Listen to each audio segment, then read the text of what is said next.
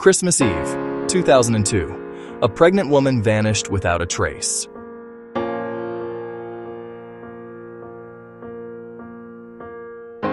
Months later, the discovery shocked the entire country. More than 20 years later, new claims and renewed attention are making people ask one question.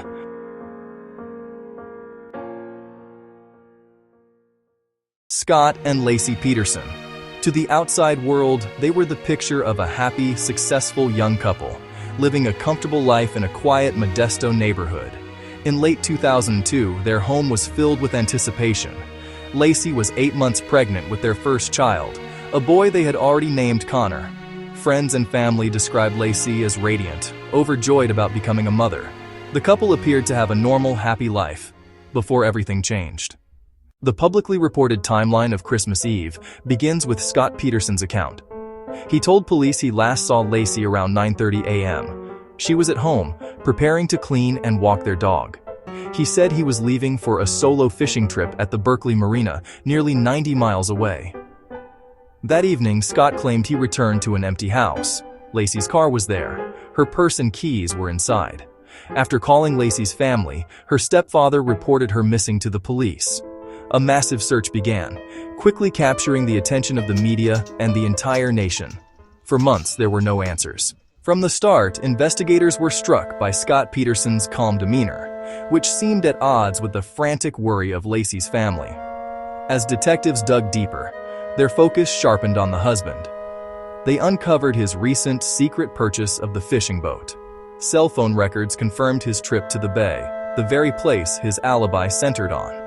Then a bombshell. A woman named Amber Frey came forward, revealing she was having an affair with Scott, who had told her he was a widower. In April 2003, the search came to a tragic end. The remains of Laci and her unborn son, Connor, washed ashore, just miles from where Scott Peterson said he went fishing. The trial of Scott Peterson began in June 2004. The prosecution built a case on a mountain of circumstantial evidence. They argued Scott's motive was to escape his marriage and impending fatherhood to be with his mistress. They presented his internet searches on tides and the location of the bodies as proof of a calculated plan, not a coincidence. The defense argued that police had tunnel vision, ignoring other leads, like a burglary that occurred across the street. They claimed Scott was a cad, not a killer, and that the prosecution lacked any direct forensic evidence linking him to the crime. On November 12, 2004, the jury delivered its verdict, guilty. Scott Peterson was sentenced to death. A sentence later changed to life in prison without parole. Years later, the case roared back into the spotlight, fueled by new documentaries and legal appeals from Peterson's new defense team. These appeals revisited evidence and witness accounts, raising questions about the original investigation and the fairness of the trial. It is crucial to clarify. These are claims made by the defense. The courts have not found them credible enough to overturn the conviction. One central claim alleges juror misconduct, arguing a juror lied on her questionnaire to get on the panel, driven by a bias against Peterson.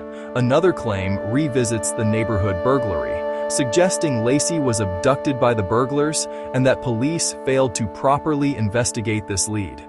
The debate continues in the court of public opinion, but for now, the legal outcome has not changed. Why does this case still fascinate America? It was a perfect storm of tragedy and media. A real-life drama played out for a national audience. It also serves as a foundational text for the modern true crime genre. The circumstantial evidence invites endless speculation from armchair detectives. The case operates in a space of unsettling ambiguity. While the legal verdict is clear, the lack of a confession or direct forensic proof leaves a sliver of room for doubt. This is the space where what-if questions thrive, fueling a debate that has lasted for decades.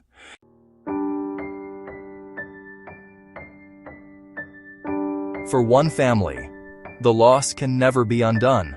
For millions of people, the questions surrounding this case continue to spark debate.